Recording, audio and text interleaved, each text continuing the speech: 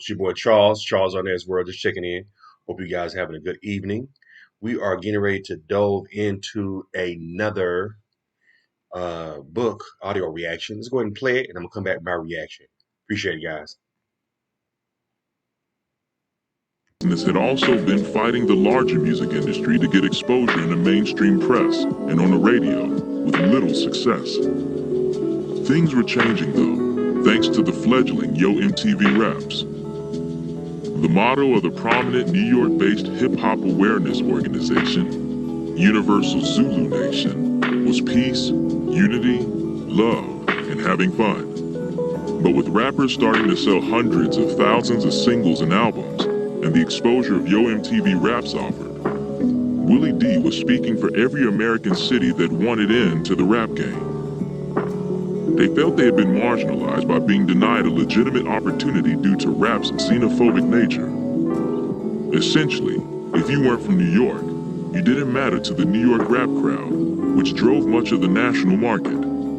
Thus, it was a bold, risky move for Rap-A-Lot to stick its neck out in the ultra-insular rap world, which had been slow to develop artists of note hailing from beyond New York's 5 boroughs during its first decade on record, by calling them on it. In one of his verses on the song, Scarface announced one of the Geto Boys' roadblocks. Black radio is being disowned, not by the other race, but its own. A lot of bullshit records make hits because the radio is all about politics. In general, rap had enjoyed little radio exposure up to 1989, other than Los Angeles rap radio station K-Day and specialty rap shows in major markets such as New York and Philadelphia. That didn't appear to matter to the Geto Boys.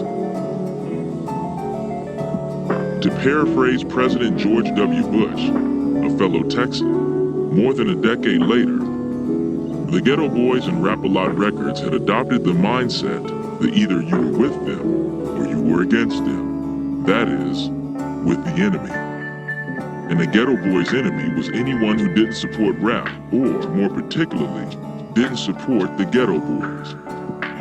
The power of Do It Like a G.O. continued, as Willie D claimed that blacks were being taken advantage of in the drug game, and Bushwick Bill warned that the street life resulted in either death or incarceration. The latter situation also typically resulted in your woman quickly and happily finding another man. For his part, Scarface detailed how racism impacted the school system. Whites get more funds from the state, and this is why minorities learn so late.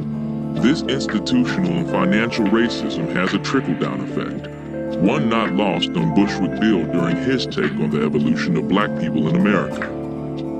Our ancestors were killed at will, bought and sold like a used automobile. We fought so blacks could exist. Now we're killing one another. Ain't that a bitch?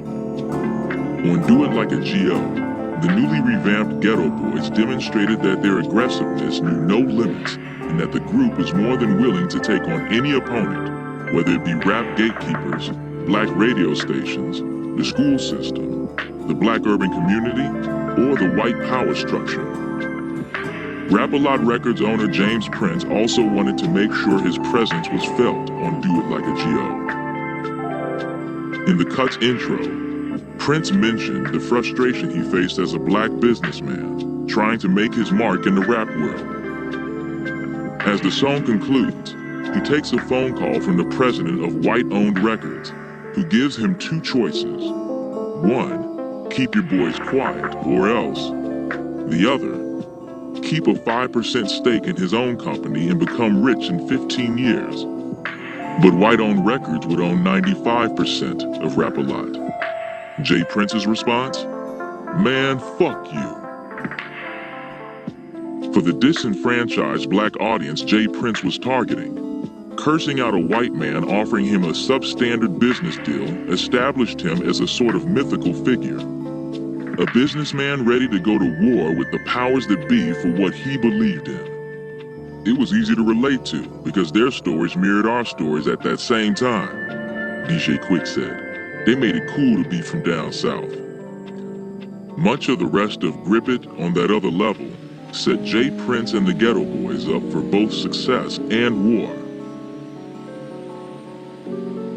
The album's second song, Gangster of Love, was one of the most sexually explicit rap songs ever released at that point. Prior to Gangster of Love, two short-release songs such as The Bitch Sucks Dick, Blowjob Betty, and Freaky Tales, while the Two Live Crew built their brand on such selections as We Want Some Pussy, Do Wah Diddy, and One in One.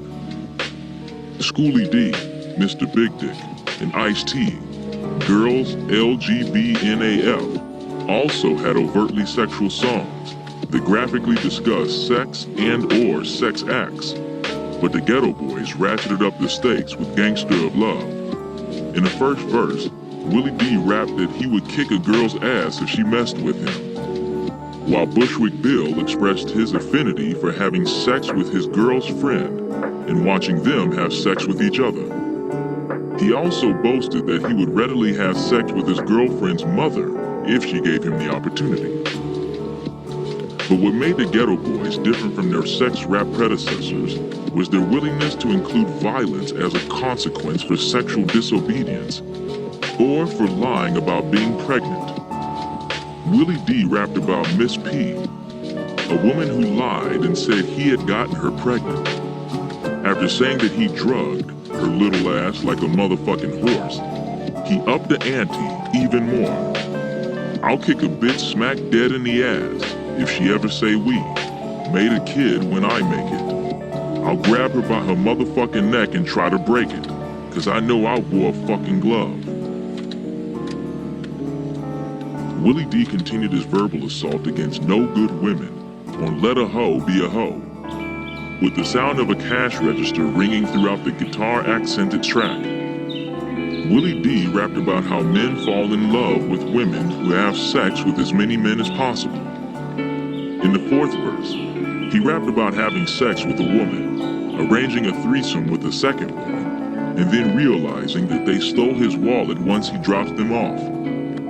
Rather than get upset though, he laughs it off because he is able to have sex with the women whenever he likes. He also made a point to say that he'd never buy a woman jewelry, makeup, or food, among other things.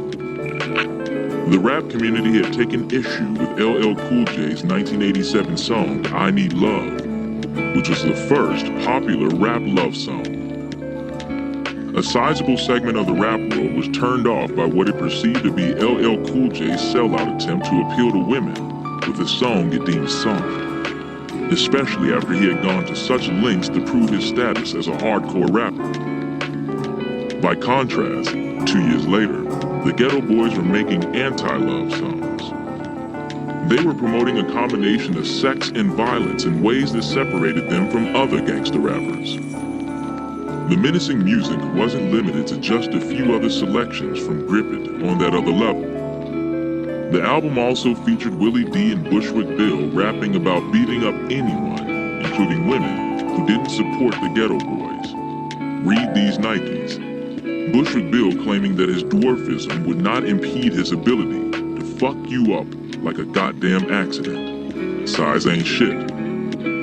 And Scarface relaying a story about how he killed 20 men who tried to ambush him and a cop who tried to stop his escape. Life in the fast lane.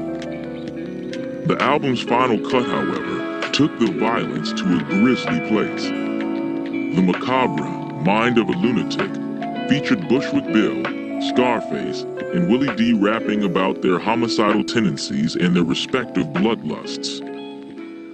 The song unfolded more like a horror movie than either the shootouts of NWA's most brazen moments or even the rest of Grip It on That Other Level had. On the two opening verses of Mind of a Lunatic, Bushwick Bill added a new wrinkle to murder on a rap record. He started the song by rapping that he's paranoid, sweating, and craving sex. Then his thoughts turned murderous. The sight of blood excites me. Shoot you in the head. Sit down and watch you bleed to death. I hear the sound of your last breath. During the rest of the verse, Bushwick Bill returns to reality, but has flashes of Jason the killer from the Friday the 13th horror film franchise. In the second verse, Bushwick Bill acts on his thoughts. Looking through her window, now my body is warm. She's naked and I'm a peeping Tom. Her body's beautiful, so I'm thinking rape. Shouldn't have had her curtains open. See, that's her fate. He then raps about snatching her as she leaves her house, dragging her back in the house, raping her at knife point, and then killing her. As the police arrive, his verse ends, leaving the aftermath of his actions a mystery. But with his verses on Mind of a Lunatic, Bushwick Bill took rap to a new place. His crime was not a response to oppression, racism, a slight, a drug deal gone bad, or a gang problem. He made killing impersonal, something he was compelled to do. It was because he was a self-proclaimed lunatic. The subsequent verses from Scarface and Willie D were brazen, but far less savage than those of Bushwick Bill. Grip It on That Other Level was produced by DJ Ready Red, Doug King, Jay Smith, John Dito, and Prince Johnny C. Unlike the uninspired beats on much. For more of these fascinating stories and true crimes, subscribe to Charles R. What's up, y'all? It's your boy Charles and Ezra just checking in. So what do y'all think about that book, man? Pretty interesting, huh? Crazy, man. Interesting story. Listen, go ahead and leave your comments and subscribe to Charles and Ezra. Appreciate it.